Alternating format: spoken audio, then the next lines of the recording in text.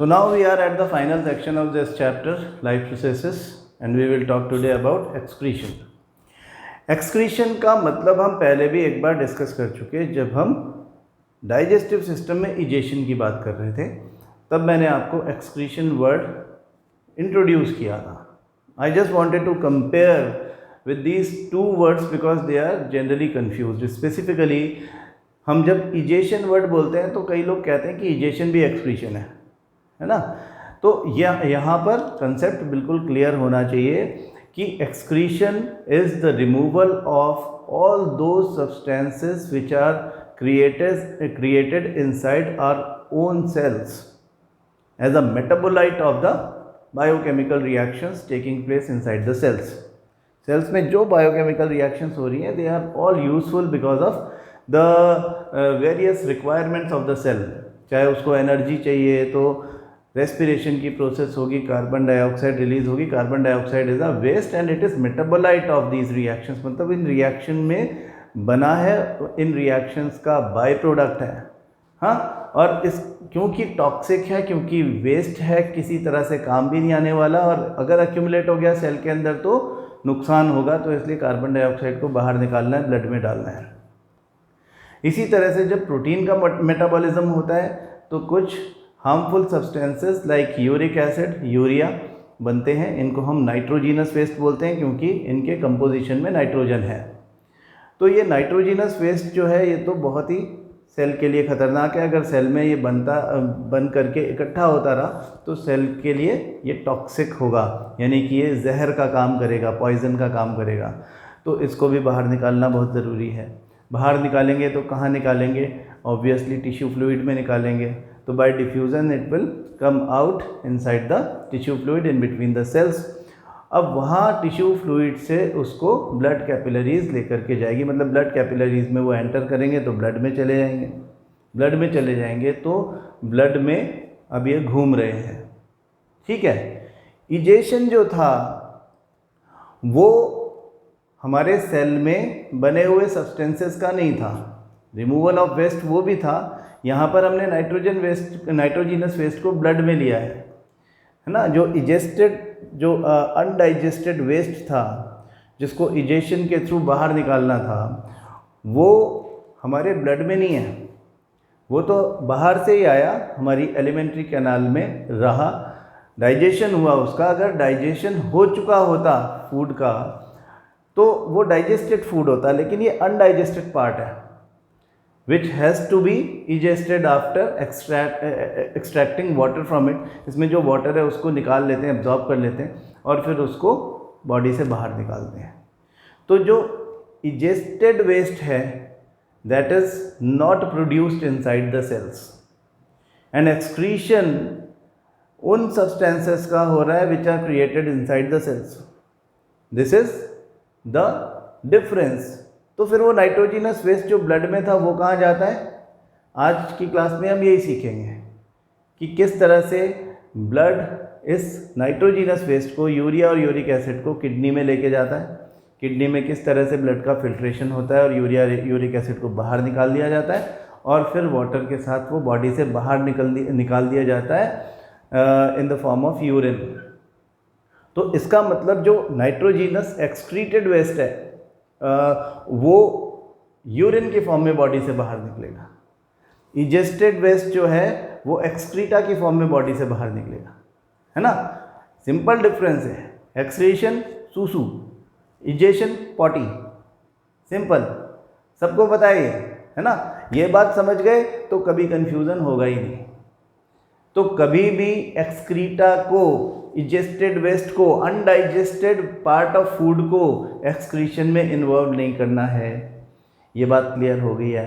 अब हम बात करेंगे कि हमारा एक्सक्रीटरी सिस्टम एक्चुअली क्या करता है. हमारा भी बात करेंगे और प्लांट्स की भी बात करेंगे. प्लांट्स में भी एक्सक्रीशन कैसे होता है वो भी बात होगी. तो अभी देखो, ये सबसे पहले क्लियर करो कि हमारी बॉडी जो है उसमें स्पेशल स्ट्रक्चर्स हैं. Kidneys, we have 2 kidneys. हाँ, राइट एंड लेफ्ट साइड में किडनीज होती है. ये राइट किडनी है, ये लेफ्ट किडनी है. हाँ, जैसा हम देख सकते हैं कि राइट किडनी थोड़ी सी नीचे की तरफ दबी हुई रहती है. किडनीज में ब्लड वेसल्स, अब जैसा हमने पढ़ा था ये ब्लड सर्कुलेटरी सिस्टम में कि रेड कलर से हम आर्टरीज को दिखाते हैं, तो ये आर्टरीज हैं और ये वेन्स हैं, they are associated with kidneys. अगर इनका नाम देखें, इसको हम बोलते हैं रीनल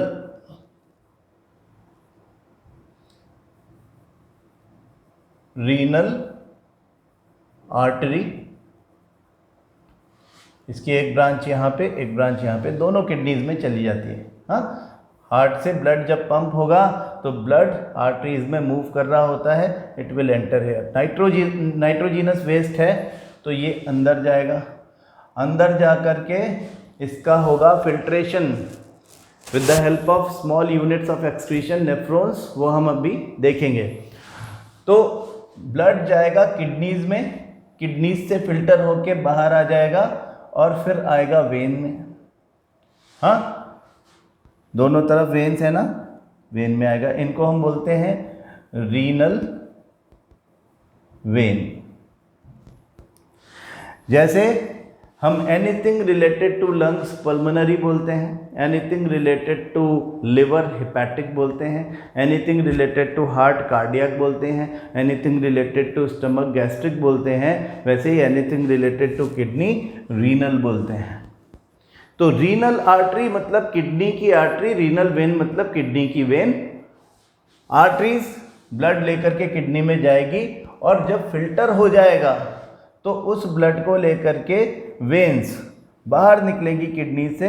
और वेन्स का क्या काम है, किसी भी हिस्से की वेन्स हो वो वीना कैवा को अपना ब्लड दे देती है और फिर वीना कैवा उसको हार्ट के राइट हैंड साइड में ले जा कर के और पहले उसको भेज देती है कहाँ, लंग्स में, उसके बाद उसको भेज देती है through out the body through iota.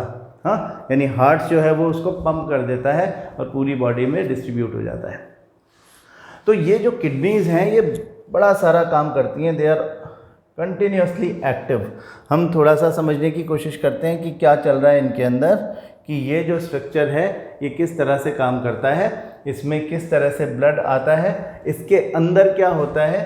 हमको ये बहुत इम्पॉर्टेंट है हमारे एग्जामिनेशन पॉइंट ऑफ व्यू से, बड़ा क्वेश्चन इसमें पूछा जाता है। इसमें डायग्राम्स भी बनाए जाते हैं। देखें, यहाँ पे ये ब्लड आ रहा है, यहाँ पे फिल्ट्रेशन हुई तो यूरिन फॉर्मेशन हो गया, ब्लड आया, फिल्ट्रेशन हुआ, नाइट्रोजीनस वेस्ट निकला, नाइट्रोजीनस वेस्ट यूरिन की फॉर्म में यूरेटर में चला गया और जो क्लीन ब्लड था विदाउट नाइट्रोजीनस वेस्ट उसको वेन्स की हेल्प से वापस सिस्टम में भेज दिया गया। तो ये यूरिन जो है ये यूरेटर की हेल्प से यूरिनरी ब्लैडर में चला जाएगा और फिर बॉडी से बाहर निकाल दिया जाएगा। तो किडनी के अंदर ऐसी कौन सी चीज़ थी जिसने ये काम किया। किडनी में बहुत सारी छोटे छोटे एक्सक्रीटरी यूनिट्स होते हैं जिनको हम बोलते हैं नेफ्रॉन्स। हाँ, अब यहाँ पर ये जो हिस्सा होता है जो रेड कलर से दिख रहा है ये तो हमारे किडनी का इनर सेक्शन जिसको मेड्यूला बोलते हैं, आउटर सेक्शन उसको हम कॉर्टेक्स बोलते हैं, और ये एक नेफ्रॉन का स्ट्रक्चर है जो अभी आपको थोड़ा सा कम समझ में आएगा, लेकिन जैसे जैसे ये बड़ा होगा क्लियर करेंगे इसको हम अभी देखेंगे। उसके अलावा एक और वीडियो मैंने निकाल के रखा है आपके लिए, उसमें और ज़्यादा ठीक से समझ में आएगा।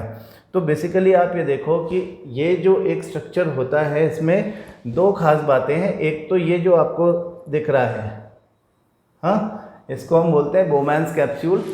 ये एक फनल लाइक स्ट्रक्चर है और इसमें आर्टीरियोल्स आता है। एक तरफ से आर्टीरियोल्स आएगा, एक दूसरी तरफ से निकल जाएगा। आर्टीरियोल्स मतलब आर्टरी की ब्रांच, छोटी ब्रांच को हम आर्टीरियोल बोलते हैं ना। तो आर्टरीज से जो ब्लड आता है वो इसमें एंटर करेगा। यहाँ पर हाईली कन्वोल्यूटेड ब्लड वेसल्स हैं और फिर ये यहाँ से बाहर निकल जाएगा। तो इसके अंदर ब्लड जब आएगा तो इस हाईली कन्वोल्यूटेड जो ट्यूब्यूल्स हैं जिनको हम बोलते हैं this bunch of blood tubules, ये कैपिलरीज नहीं है, ध्यान रखें, क्योंकि कैपिलरीज हमेशा आर्टरीज और वेन्स के बीच में होती है, लेकिन यहाँ पर ये भी आर्टरी है, ये भी आर्टरी है। तो कई लोग इसको ब्लड कैपिलरीज बोल देते हैं, ध्यान रखें ये ब्लड कैपिलरीज नहीं है, ये ब्लड वेसल्स हैं, आर्टीरियोल्स ही हैं, बहुत बहुत बारीक बारीक वैसे ही हैं जैसे कैपिलरीज होते हैं। इनकी ल्यूमेन बड़ी नैरो है, लेकिन इसमें जब ब्लड आता है तो हाई प्रेशर की वजह से वो फिल्टर हो जाता है। तो inside the glomerulus there is a process called ultrafiltration takes place, जिसमें जो ब्लड आया है ग्लोमेरुलस में, उस ब्लड में से जो कई सारी चीज़ें जो कि प्रेशर की वजह से बाहर निकलती हैं, जिसमें यूरिया, यूरिक एसिड और वाटर है। वाटर के अलावा minerals, amino acids and glucose, ये वाटर के अलावा ये 3 चीज़ें, ये काम की चीज़ें हैं जो अगर बॉडी से बाहर निकल गई इन द फॉर्म ऑफ यूरिन तो डेफिशिएंसी की वजह से प्रॉब्लम होगी। तो ये अब यहाँ से जब हाईली कन्वोल्यूटेड ट्यूब बाहर निकलती है तो इसके अंदर काम की चीज़ों का, वाटर का, अमाइनो एसिड्स का, मिनरल्स का और ग्लूकोज का सेलेक्टिव रीएब्जॉर्प्शन होता है, और इन चीज़ों को फिर से हम ब्लड कैपिलरीज में ब्लड आर्टरीज में डाल देते हैं। आर्टरीज से वो वेंस में जाती है और वेंस से वो अल्टीमेटली वापस हार्ट में चली जाती है। तो ये यूरिन फॉर्मेशन का एक कंप्लीट प्रोसेस है जो मैं आपको शॉर्ट में बता रहा हूँ। स्ट्रक्चर को देखें, मैंने आपको जो बात बताई उसको अब हम समझने की कोशिश करेंगे। यहाँ पे मल्टीपल नेफ्रॉन्स दिख रहे हैं, बीच में एक कलेक्टिंग डक्ट दिख रही है। हाँ, ये एक बोमैंस कैप्सूल है। उस बोमैंस कैप्सूल के अंदर क्या हो रहा है देखो, एक तरफ से आर्टीरियोल आया है, दूसरी तरफ गया है, एक तरफ से ब्लड आएगा, जब इसके अंदर घूमेगा किसमें, इसको क्या बोल रहे हैं हम, इसको हम बोल रहे हैं ग्लोमेरुलस। हाँ, we have used a word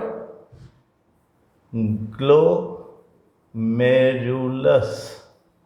हाँ, तो ग्लोमेरुलस में ब्लड एक तरफ से आया, दूसरी तरफ से चला गया, और इस बीच में इसके अंदर जब वो घूमता रहा तो क्या होगा, जब इसमें घूमेगा तो अल्ट्रा फिल्ट्रेशन हो जाएगा, यानी हाई प्रेशर की वजह से इसमें से कई सारी चीज़ें निकल जाती हैं।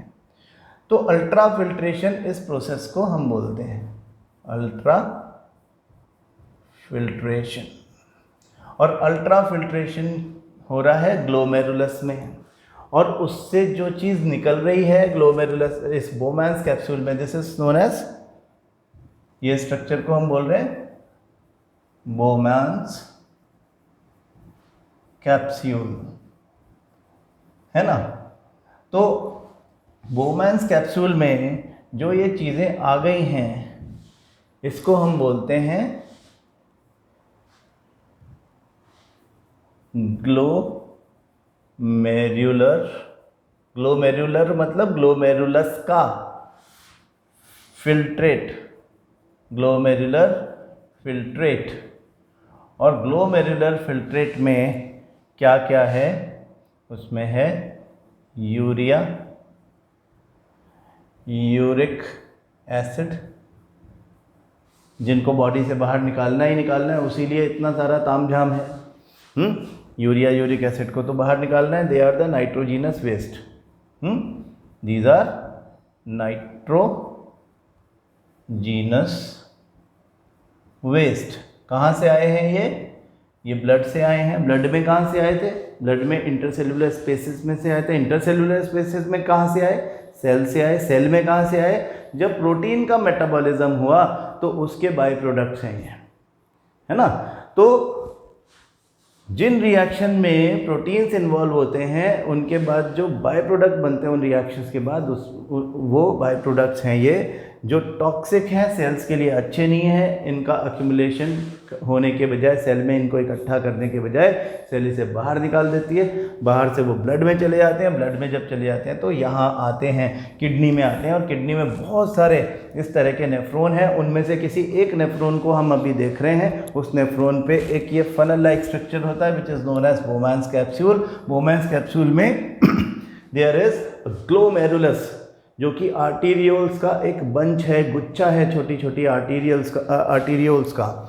और उसमें जो फिल्ट्रेट निकला है जिसको हम ग्लोमेरुलर फिल्ट्रेट बोल रहे हैं, उस ग्लोमेरुलर फिल्ट्रेट में यूरिया है, यूरिक एसिड है, ये बाहर निकालना है। और 4 काम की चीज़ें हैं इसमें, एक वाटर, दूसरा मिनरल्स, तीसरा ग्लूकोज और चौथा अमाइनो एसिड। अमाइनो एसिड्स और amino acids they are basically the units of proteins. तो इनकी बहुत ज़रूरत है सेल में, इन्हें ही मिलाकर के प्रोटीन्स बनेंगे। ग्लूकोज तो है ही एनर्जी के लिए ज़रूरी, मिनरल्स भी ज़रूरी है हमारी बॉडी में कई सारी एक्टिविटीज़ के लिए, and water is very very important. तो ये चार चीज़ें काम की ग्लोमेरुलर फिल्ट्रेट में आ गई। अब हमें क्या करना पड़ेगा, अब हमको इन्हें वापस ब्लड में डालना पड़ेगा। हाँ, तो वापस ब्लड में डालने से पहले मतलब पहला काम तो हो गया अल्ट्रा फिल्ट्रेशन। अल्ट्रा फिल्ट्रेशन से जो फिल्ट्रेट बना है उसमें जो काम की चीज़ें हैं उसको बाहर निकालने की प्रोसेस से सेलेक्टिव रीएब्जॉर्प्शन, जो कि इस कन्वोल्यूटेड ट्यूबुलर पार्ट में होगी। तो हम इसको देखते हैं कि भाई ये कैसे होता है। हाँ, ये फिल्ट्रेट जब निकला है तो फिर वो यहाँ से बाहर भी जाएगा। हाँ, ये हमारा बोमैन्स कैप्सूल है, सीधा हमने कर दिया, यहाँ से एक तरफ से ब्लड आया, दूसरी तरफ ब्लड चला गया, बीच में फिल्टर हो गया। फिल्ट्रेट को अब हमें सेलेक्टिवली रीएब्जॉर्ब करके उसमें से जो यूरिन फॉर्मेशन होगी उसे बाहर निकालना है। तो फिल्ट्रेट कैसे आ गया आपको पता चल गया। अब इनसाइड द ट्यूबुलर पार्ट हम कहते हैं कि हाईली कन्वोल्यूटेड ट्यूब्यूल होता है। तो हाईली कन्वोल्यूटेड ट्यूब्यूल का जो ट्यूबुलर पार्ट जो होता है वो किस तरह से सेलेक्टिव रीअब्जॉर्प्शन करता है, इसको हम एक दूसरे वीडियो में देखते हैं।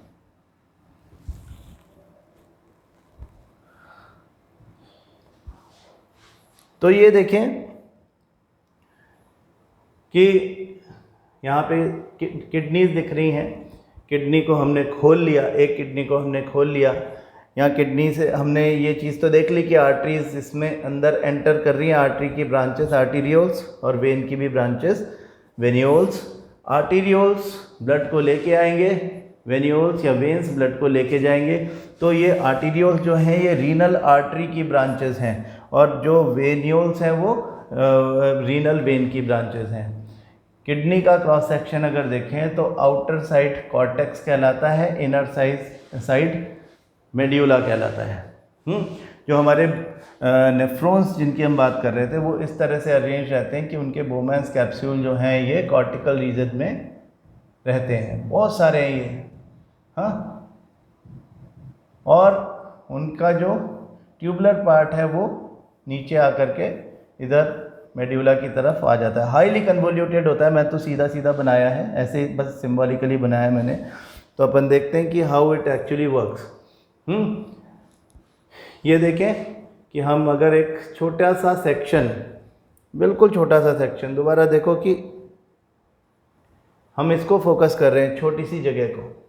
हाँ, और इसमें इतनी सी जगह को हम अगर जूम करके देखें तो वहाँ पे हमको दिख रहे हैं कई सारे नेफ्रॉन्स। इनमें ये जो हिस्सा है ये बोमैन्स कैप्सूल दिख रहा है हमको, ये हाईली कन्वोल्यूटेड ट्यूब्यूल है। हाँ, हाईली कन्वोल्यूटेड ट्यूब्यूल जो है वो यहाँ तक दिख रही है हमको, ये एक कलेक्टिंग डक्ट है। तो ये हिस्सा पीसीटी कहलाता है ना।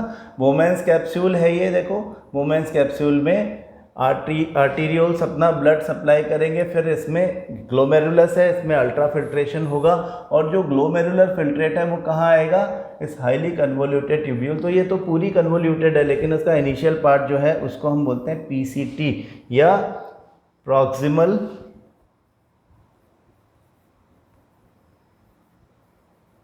कन्वोल्यूटेड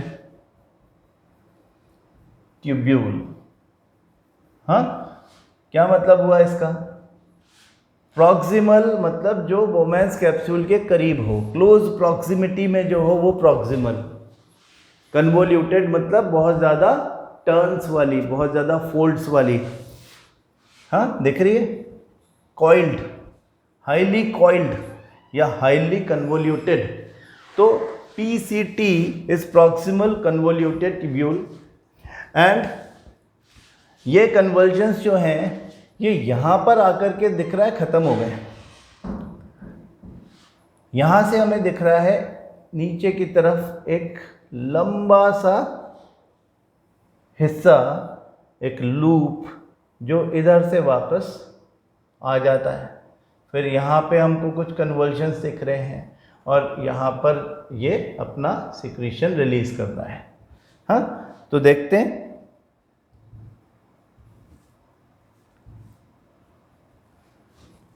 कि यहाँ ये हेनलेज लूप या लूप ऑफ हेनले, DCT, यहाँ पे ये जो बाद वाला पोर्शन है इसको क्या कह रहे हैं हम, DCT। What does that mean? Distal convoluted tubule. हाँ, Henle's loop, DCT, and then it is thrown into collecting duct. एक कलेक्टिंग डक्ट से बहुत सारे नेफ्रॉन्स जुड़े हुए हो सकते हैं। हाँ, तो ये एक नेफ्रॉन का स्ट्रक्चर हो गया। बोहमैन्स कैप्सूल में अल्ट्रा फिल्ट्रेशन हो रहा है। कैसे हो रहा है वो अभी हम क्लोजली देखते हैं। थोड़ा सा हमको समझ में ये आ गया कि बोहमैन्स कैप्सूल एक फनल लाइक स्ट्रक्चर है जो हर नेफ्रॉन का ज़रूरी पार्ट है। उसमें एक तरफ से एक ब्लड वेसल्स जिसको हम आर्टीरियोल बोल रहे हैं, उसका नाम है एफरेंट ब्लड वेसल, वो ब्लड को लेकर के आ रही है। दूसरी तरफ एक इफरेंट ब्लड वेसल है जो ब्लड को लेके जा रही है। एफरेंट और इफरेंट के बीच में जो कन्वर्जन है, बहुत सारा एक बंच ऑफ आर्टीरियोल्स है, उसको हम बोल रहे हैं glomerulus. Glomerulus inside the Bowman's capsule होता है और उसमें अल्ट्रा फिल्ट्रेशन होता है क्योंकि उसमें बहुत ज़्यादा प्रेशर हो जाता है ब्लड का। ये बात देखते हैं हम सबसे पहले कि बोहमैन्स कैप्सूल को थोड़ा सा जूम करें, थोड़ा सा बड़ा करें, हाँ, तो हमको ये बात समझ में आएगी कि इसके अंदर क्या चल रहा है। यहाँ पे एक ब्लड वेसल आती हुई दिख रही है जो ब्लड को लेके आएगी, वो उसे हम एफरेंट ब्लड वेसल बोल रहे हैं। हाँ, और ये ग्लोमेरुलस है अंदर, जहाँ पे बहुत सारे कन्वर्जन्स दिखाई दे रहे हैं इनसाइड दिस फनल। सो देखो ब्लड आ रहा है, इस ब्लड वेसल को हम कहते हैं जो ब्लड को लेके आ रही है एफरेंट ब्लड वेसल। अब एफरेंट ब्लड वेसल जो है वो ब्लड को लाती है, अंदर ग्लोमेरुलस है, ये फनल लाइक स्ट्रक्चर का ऊपर वाला पोर्शन है, अंदर दिख रहा है हमको ग्लोमेरुलस। हाँ, वहां पे घूम घूम करके ब्लड वापस इधर से बाहर आ जाएगा, इसको हम बोलते हैं इफरेंट ब्लड वेसल। दोनों आर्टरी का पार्ट है, ध्यान रखना, वेन कोई भी नहीं है इनमें से। एफरेंट ब्लड को लाई, इफरेंट ब्लड को ले गई। ब्लड का लेके आना, ब्लड को लेके जाना, दैट्स इट। हाँ, बीच में क्या हो गया ग्लोमेरुलस में? Ultra filtration. अल्ट्रा फिल्ट्रेशन हो जाए उसके लिए दो अडेप्टेशंस हमको खास करके दिखती हैं। एक तो ग्लोमेरुलस का होना जो कि वेरी नैरो आर्टीरियोल्स का बंच है, उसमें प्रेशर ज़्यादा होगा, जाहिर है उसमें से फिल्ट्रेट बाहर निकल जाएगा। दूसरी एक खास बात होती है कि जो एफरेंट ब्लड वेसल है जो ब्लड को लेके आ रही है, उसका जो ल्यूमेन है वो चौड़ा होता है, उसका डायमीटर बड़ा है एज कंपेयर टू दिस। आपको देख के भी पता चल रहा होगा कि ये थोड़ी सी नैरो है, वो ज़्यादा बड़ा है, ये पतला है। यानी ज़्यादा ब्लड अंदर आने दिया जाता है लेकिन बाहर कम को निकलने दिया जाता है, तो इस वजह से प्रेशर क्रिएट हो जाता है इनसाइड द ग्लोमेरुलस। हाँ, तो high pressure creates filtration inside the glomerulus, afferent arteriole, efferent arteriole, ये यहाँ पे इन्होंने दिखाई है। हाँ, ब्लड अंदर जाएगा, अंदर जाकर फिल्ट्रेशन होगा, फिल्ट्रेशन होगा तो फिल्ट्रेट बाहर निकलेगा। बाहर कहाँ निकलेगा? बोहमैन्स कैप्सूल में निकलेगा। फिर वहाँ से आ जाएगा PCT यानी प्रॉक्सिमली कन्वोल्यूटेड या प्रॉक्सिमल कन्वोल्यूटेड ट्यूब्यूल में अंदर अंदर घूमेगा और इसके अंदर इस तरह से जैसे ये विल्लाए होते हैं हमारे डाइजेस्टिव सिस्टम में, उस तरह के स्ट्रक्चर्स यहाँ पे दिखते हैं, इनको हम माइक्रोविल्लाए बोलते हैं। हाँ, यहाँ पे जो स्ट्रक्चर आपको दिख रहा है वी कॉल देम माइक्रोविल्लाए। वहाँ पे विल्लाए थे, फिंगर लाइक प्रोजेक्शन, ये भी फिंगर लाइक प्रोजेक्शन है, लेकिन ये बहुत छोटे हैं इसलिए इनको हम माइक्रोविल्लाए बोलते हैं। स्मॉल इंटेस्टाइन जो थी वो एक बड़ा स्ट्रक्चर था, नेफ्रॉन बहुत ही छोटा है। तो नेफ्रॉन के अंदर जो माइक्रोविल्लाए होते हैं they are responsible for selective reabsorption. Selective reabsorption किसका होगा? Useful substances inside the glomerular filtrate. क्या क्या है? वाटर है, ग्लूकोज है, अमाइनो एसिड्स है, मिनरल्स है। इन 4 चीज़ों को वापस लेना है। तो with the help of these microvilli present inside the inner epithelium, at the inner epithelium of the convoluted tubule of the nephron. तो कन्वोल्यूटेड ट्यूब्यूल का वो हिस्सा जो कि बोवेंस कैप्सूल से के करीब है उसको प्रॉक्सिमल कन्वोल्यूटेड ट्यूब्यूल बोल रहे हैं। उसमें एब्जॉर्प्शन शुरू हो गया है, लूप ऑफ हेनले। अब यहाँ तक आते आते वाटर को छोड़ करके बाकी सारी चीज़ें एब्जॉर्ब हो जाती है। इसको हम डिसेंडिंग आर्म बोलते हैं, इसे हम असेंडिंग आर्म बोलते हैं। असेंडिंग आर्म में वाटर का बहुत ज़्यादा एब्जॉर्प्शन होता है। फिर डिस्टल कन्वोल्यूटेड ट्यूब्यूल में भी वाटर का मैक्सिमम, जितना वाटर बचा हुआ है ज़्यादा से ज़्यादा एब्जॉर्प्शन होने के बाद ultimately it gets converted into urine and it is passed to collecting duct. हाँ, वो कलेक्टिंग डक्ट में चला जाता है। तो कलेक्टिंग डक्ट में जा रहा है यूरिन।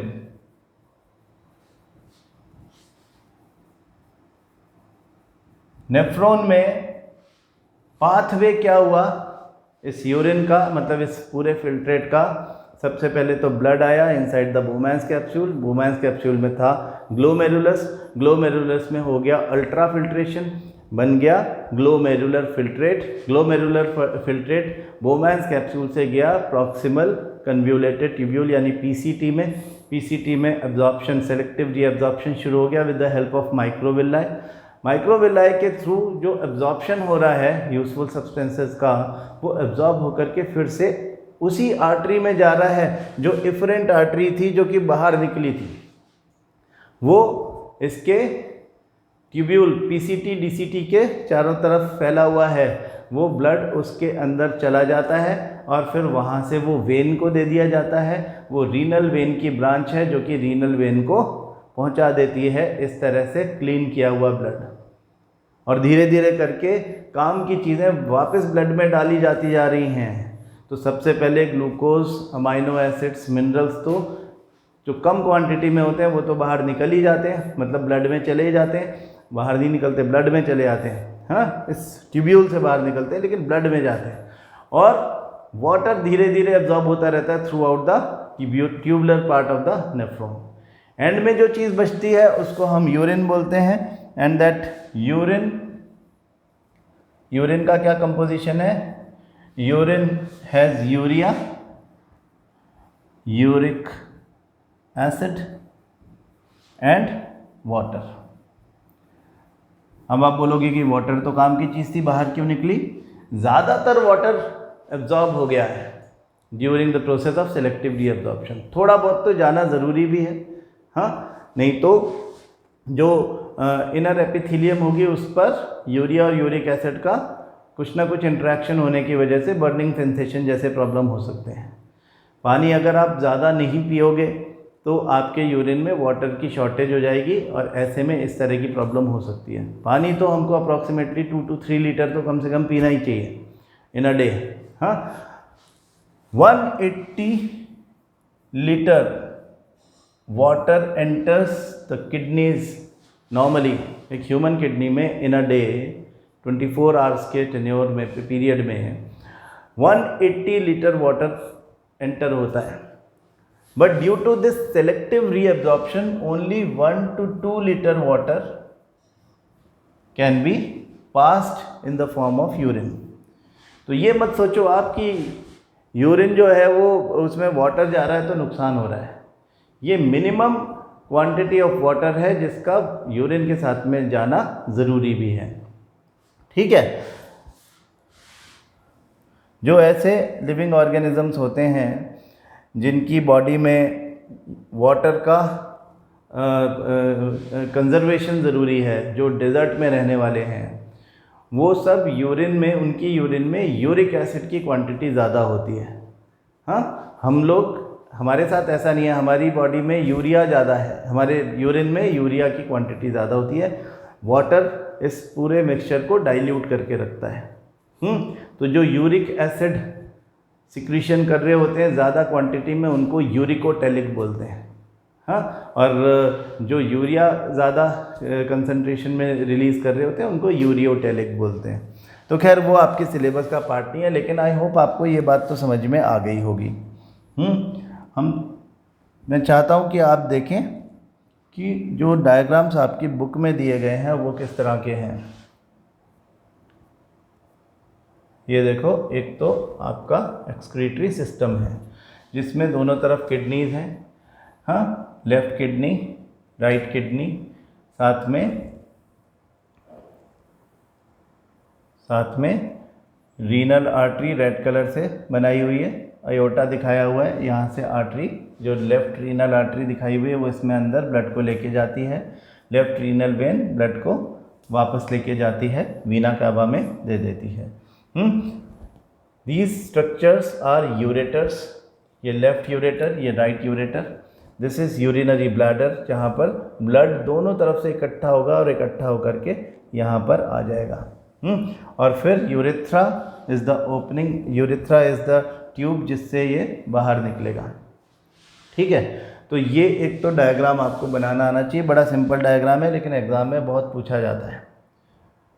दूसरी चीज़ जो है दैट इज दिस, हाँ, बोमैन्स कैप्सूल। ये नेफ्रॉन का स्ट्रक्चर है। बोमैन्स कैप्सूल यहाँ पे आपको दिखाई पड़ता है।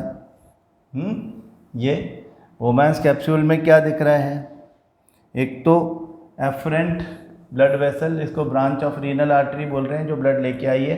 हमने पढ़ा ये एफरेंट ब्लड वेसल है। ये रीनल आर्टरी की ब्रांच जो कि यहाँ से ब्लड को वापस लेके आ रही है। और इनके बीच में जो ये दिख रहा है हमको, bunch of capillaries, bunch of arteries, इसको हम ग्लोमेरुलस बोल रहे हैं। तो ग्लोमेरुलस में ही हो रहा है अल्ट्रा फिल्ट्रेशन। अल्ट्रा फिल्ट्रेशन के बाद जो एब्जॉर्प्शन होना है, सेलेक्टिव रीएब्जॉर्प्शन, वो इस ट्यूबुलर पार्ट में हो रहा है। हाँ, तो ट्यूबुलर पार्ट ऑफ नेफ्रॉन में हम कह रहे थे कि ये है पीसीटी यानी प्रॉक्सिमल कन्वोल्यूटेड ट्यूब्यूल। ये वाला हिस्सा, ये नीचे गया descending arm of Henle's loop.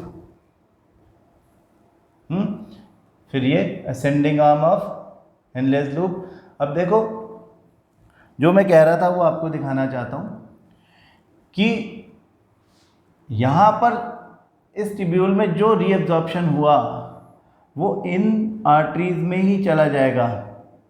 हाँ, रीनल आर्टरी की ब्रांच को ही मिल जाएगा और वहाँ से वो with the help of capillaries when में सप्लाई कर देगी वो सब कुछ जो इन्होंने during the process of selective reabsorption collect किया है।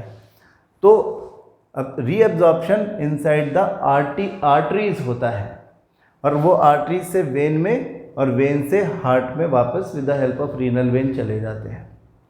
जो बचता है वो यूरिन है। That urine is supplied to collecting duct. Collecting duct में हमें दिख रहा है कि देयर आर मल्टीपल ओपनिंग्स। यहाँ पे कई सारे नेफ्रॉन्स की डिस्टल कन्वोल्यूटेड ट्यूब्यूल्स जुड़ी होंगी और फिर वो अपना अपना यूरिन सब उसको दे रहे होंगे।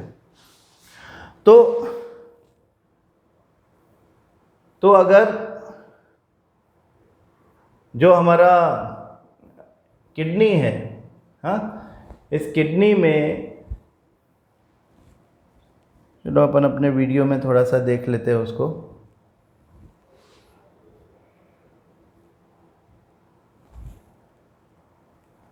जैसे हम देखते हैं कि ये किडनी है, तो किडनी का अंदर का पार्ट देखते हैं, ये तो हम क्या बोलते हैं कि सबकी कलेक्टिंग डक्ट अल्टीमेटली यूरिन जो सब जगह बन रहा है, ये सब जगह यूरिन बन रहा है। हाँ, यहाँ पे हेनलेस लूप वगैरह और ये सब है लंबे लंबे, इसलिए मेड्यूला ऐसा दिखता है। और फिर वो सब अपने इस हिस्से को हम बोलते हैं pelvis, renal pelvis, renal pelvis, हाँ, पेल्विक रीजन भी बोलते हैं। वहाँ पर अपना यूरिन सब तरफ से रिलीज कर दिया जाता है and this urine is taken by the tube called ureter. दोनों तरफ एक एक यूरेटर है, दोनों किडनी से एक एक यूरेटर निकलेगा, लेफ्ट यूरेटर, राइट यूरेटर, और दोनों अल्टीमेटली अपना जो एक्सक्रीशन है जिसको हम यूरिन बोल रहे हैं उसको पहुंचा देते हैं इनसाइड द यूरिनरी ब्लैडर। हाँ, बस ये बात है। तो जो हमारी किडनीज़ हैं, वो किडनीज़ एक्चुअली हमारे फिल्टर प्लांट्स हैं हमारी बॉडी के, जो हमारे ब्लड में से यूरिया और यूरिक एसिड जैसे हार्मफुल नाइट्रोजीनस वेस्ट को बाहर निकालने का काम करते हैं। हाँ, कभी कभी क्या होता है कि ये किडनीज़ जो है ये ख़राब हो जाती हैं, मतलब काम करना बंद कर देती हैं। हाँ, पार्शली एक किडनी ख़राब हो जाएगी तो एक किडनी पे भी काम चल सकता है, कोई दिक्कत नहीं है। लेकिन दोनों किडनीज़ अगर ख़राब होने लग जाती हैं तो फिर हमें एक आर्टिफिशियल किडनी का सपोर्ट देना पड़ता है पेशेंट को। हाँ, and the process is known as dialysis, haemodialysis. मतलब आइडिया सिर्फ ये है कि आपकी बॉडी में जो ऑर्गन्स थे, किडनीज़ जो थे, वो किडनीज़ क्योंकि फिल्ट्रेशन नहीं कर पा रहे हैं, ब्लड को क्लीन नहीं कर पा रहे हैं, तो ब्लड को बॉडी से बाहर निकालो। एक आर्टिफिशियल किडनी हमने बना रखी है जिसे हम हीमोडायलाइज़र बोल रहे हैं, उसके अंदर इसे भेजो और फिर उसके बाद वापस फिल्टर करके बाहर निकाल लो। तो वो कैसे होता है अपन देखते हैं with the help of a small video.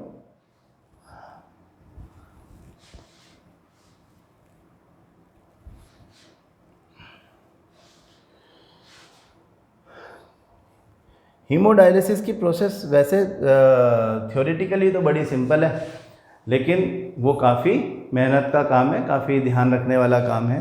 Basically idea ये है कि बॉडी से हम आर्टिफिशियली चीज़ों को बाहर निकाल लेंगे, ब्लड को बाहर निकाल लेंगे। जब ब्लड बाहर निकल जाएगा, हीमोडायलाइजिंग सॉल्यूशन होगा बेसिकली वहाँ पे हीमोडायलाइज़र में, उसको हम यूज़ करेंगे। तो कैसे होता है ये देखते हैं कि जैसे ये पेशेंट है, इस पेशेंट की बॉडी से हमने ब्लड निकालना है, इसकी बॉडी से ब्लड निकलेगा।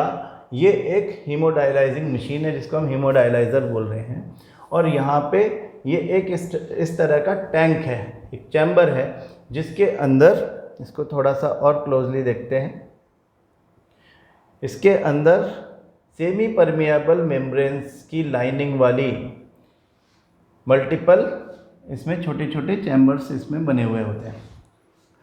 तो पेशेंट की बॉडी से ब्लड आएगा, इसमें जाएगा, इसमें ये सेमी परमिएबल लाइनिंग से बने हुए जो ट्यूब्स हैं, इन ट्यूब्स में, these tubes are suspended in a tank filled with dialyzing fluid.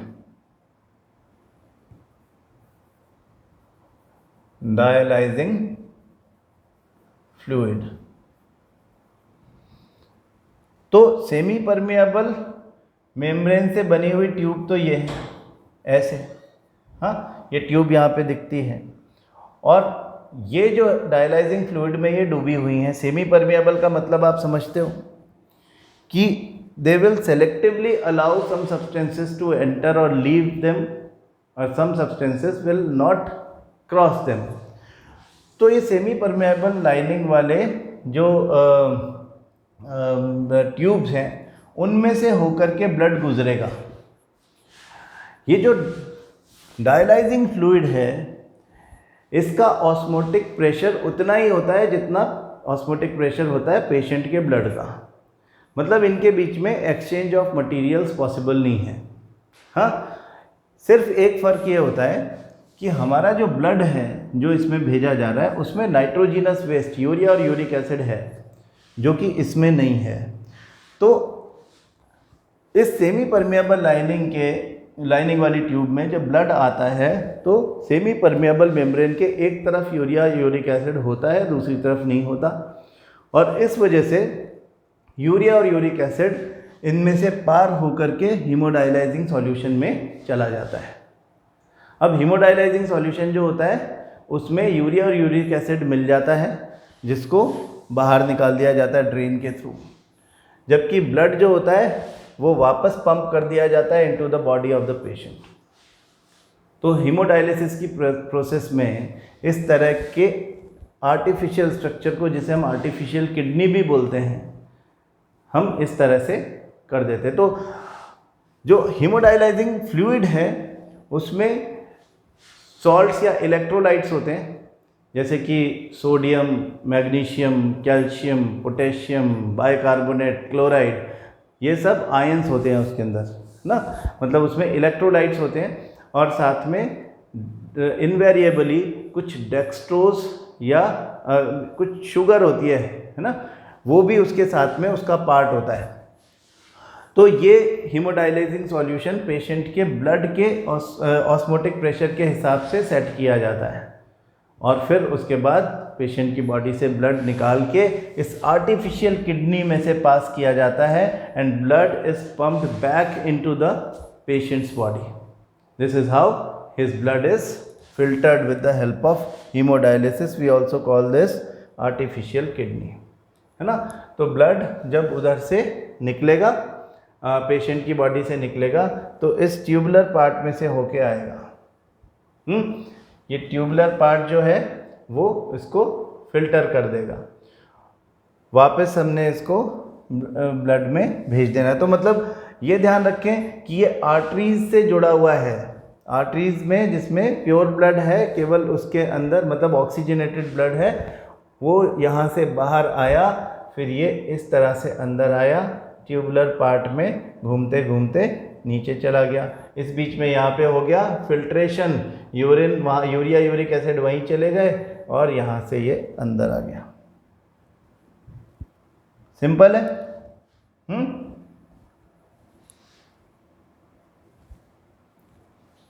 Patient की बॉडी से ब्लड निकला, ब्लड चला गया यहाँ पे, यहाँ आके क्या हुआ, यहाँ पे वेस्ट बाहर निकला, हाँ, वेस्ट प्रोडक्ट्स बाहर निकले, मतलब यूरिया यूरिक एसिड बाहर निकला, और फिर ब्लड वापस चला गया।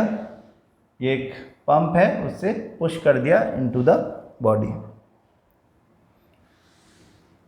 सिंपल बात है, सिंपल बात है।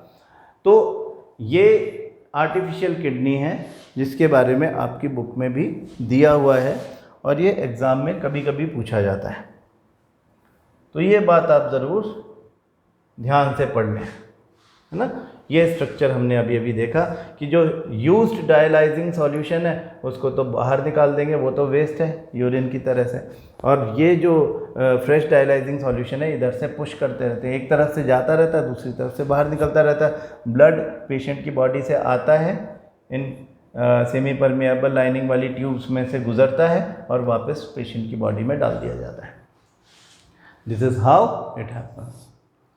सिंपल बात आ रही है समझ में, हाँ। तो अब आप देखो कि इसमें हमारे ब्लड में और डायलाइजिंग सॉल्यूशन में सेम ऑस्मोटिक प्रेशर होता है, ये बात हमको ध्यान रखनी है। दूसरी बात हमें ये ध्यान रखनी है कि हमारी किडनीज़ में और आर्टिफिशियल किडनीज़ में जो प्रोसेस ऑफ फिल्ट्रेशन होता है उसमें सबसे बड़ा डिफरेंस क्या है, आपको समझ में आ जाना चाहिए, आ गया होगा मेरे ख्याल से, कि ये जो डायलाइजिंग सॉल्यूशन वाला मतलब आर्टिफिशियल किडनी वाला जो सिस्टम है, इसमें सेलेक्टिव रीअब्जॉर्प्शन नहीं होता, केवल filtration of urea and uric acid होता है। हमारी बॉडी में फिल्ट्रेशन के बाद में सेलेक्टिव रीअब्जॉर्प्शन भी होता है ना। तो ये आपका एक बहुत इम्पॉर्टेंट, बहुत बड़ा क्वेश्चन है, ये 5 मार्क का क्वेश्चन आपसे पूछा जा सकता है। ये डायग्राम बहुत अच्छे से प्रैक्टिस करो, ये डायग्राम भी प्रैक्टिस करो, सुंदर सुंदर डायग्राम बना करके मुझको भेजो, हाँ। कोई दिक्कत आती है तो हम बात करेंगे। अब केवल एक छोटी सी बात रह जाती है, that is excretion in plants. ये बहुत छोटा सा सेक्शन है, बहुत इग्नोर्ड टाइप का एक सेक्शन है, लेकिन ये इम्पॉर्टेंट है एग्जामिनेशन पॉइंट ऑफ व्यू से। और क्वेश्चन पूछा जाता है कि what strategies do plants follow in order to remove the waste from their bodies. तो यहाँ पे हम ये बात ध्यान रखें कि प्लांट का एक तो प्लांट के जो एक्सक्रीटरी सब्सटेंसेस हैं वो हमारे जैसे नहीं होते, जिनको बॉडी से बाहर निकालना ज़रूरी है। उनका एक्यूमुलेशन सेल्स के अंदर भी हो सकता है, क्योंकि प्लांट की बॉडी में बहुत सारी डेड सेल्स होती हैं। तो प्लांट्स के लिए अलग अलग टाइप के एक्सक्रीटरी सब्सटेंस के लिए अलग अलग स्ट्रैटेजी होती है। जैसे प्राइमरीली ऑक्सीजन को भी फोटोसिंथेसिस के दौरान जो बनती है उसे भी वेस्ट माना जाता है, and that is removed by stomata. Excessive water is also removed with the help of stomata during the process of transpiration. दूसरी बात होगी है ना, एक ऑक्सीजन का रिमूवल स्टोमेटा से, दूसरा वाटर का रिमूवल वेपर के फॉर्म में। ये एक्सेस वाटर है, इसका रिमूवल वेपर के फॉर्म में स्टोमेटा से हो जाता है।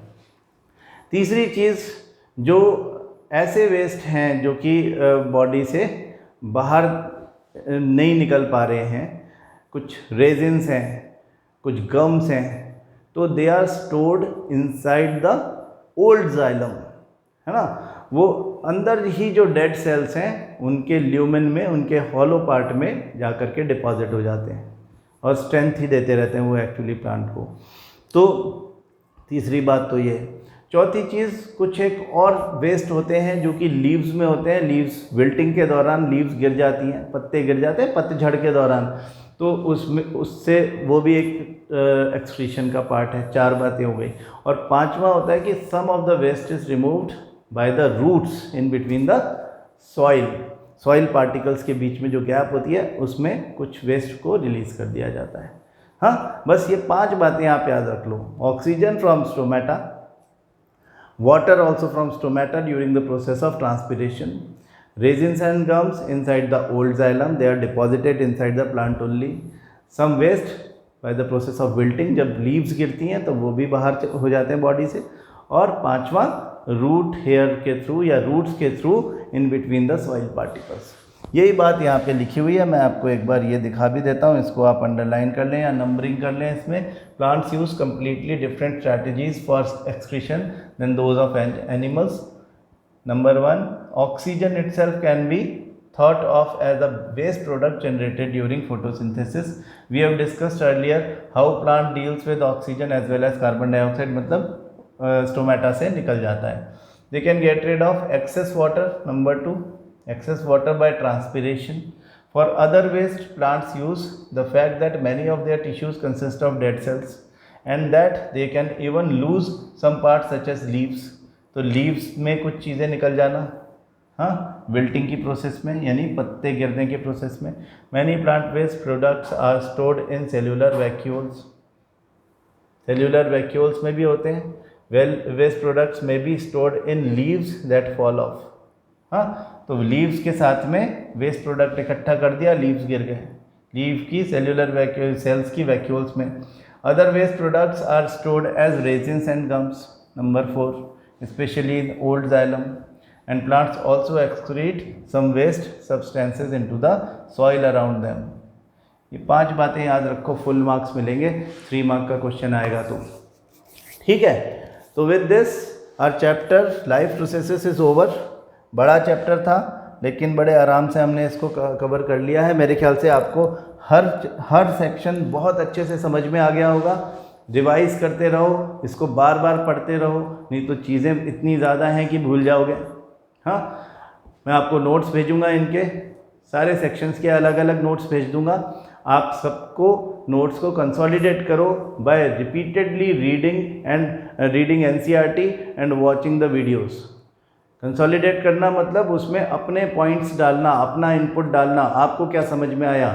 मैंने आपको कहा था अपने नोट्स अपने आप बनाओ, तो आप अगर अपने नोट्स अपने आप बना रहे थे तो इन प्रिंटेड नोट्स के साथ उनको मर्ज कर दो, और जो जानकारी आपने अपने नोट्स में नहीं लिखी है वो भी उनके साथ में डाल लो। आपकी नॉलेज बढ़ेगी, कंसेप्ट क्लैरिटी होगी, और एग्ज़ाम के हिसाब से हमें क्या लिखना चाहिए किस तरह के क्वेश्चंस में, उसका भी आइडिया लगेगा। फिर भी कोई प्रॉब्लम रह जाती है तो you can talk to me, आप मुझे कॉल कर सकते हो। Describe the structure and functioning of nephron, nephron का फंक्शनिंग और स्ट्रक्चर डिस्क्राइब करना। Bowman's capsule, glomerulus, afferent and afferent blood vessels, PCT यानी proximal convoluted tubule, Henle's loop, distal convoluted tubule and up to collecting duct. ये सारी labelling आपको आनी चाहिए, diagram बनाना आना चाहिए। What are the methods used by plants to get rid of excretory products, अभी हमने 5 बातें बताई हैं, याद रखो। How is the amount of urine produced regulated, urine तो हम कह रहे हैं कि 180 litre water is actually taken to the kidneys in a day, तो फिर यूरिन केवल 1 to 2 लीटर ही क्यों बन रहा है, क्योंकि most of the water is absorbed by the tubular part of the nephron during the process of selective reabsorption. So by the process selective reabsorption taken place inside the nephrons, inside the tubular part of the nephrons, the amount of urine is regulated.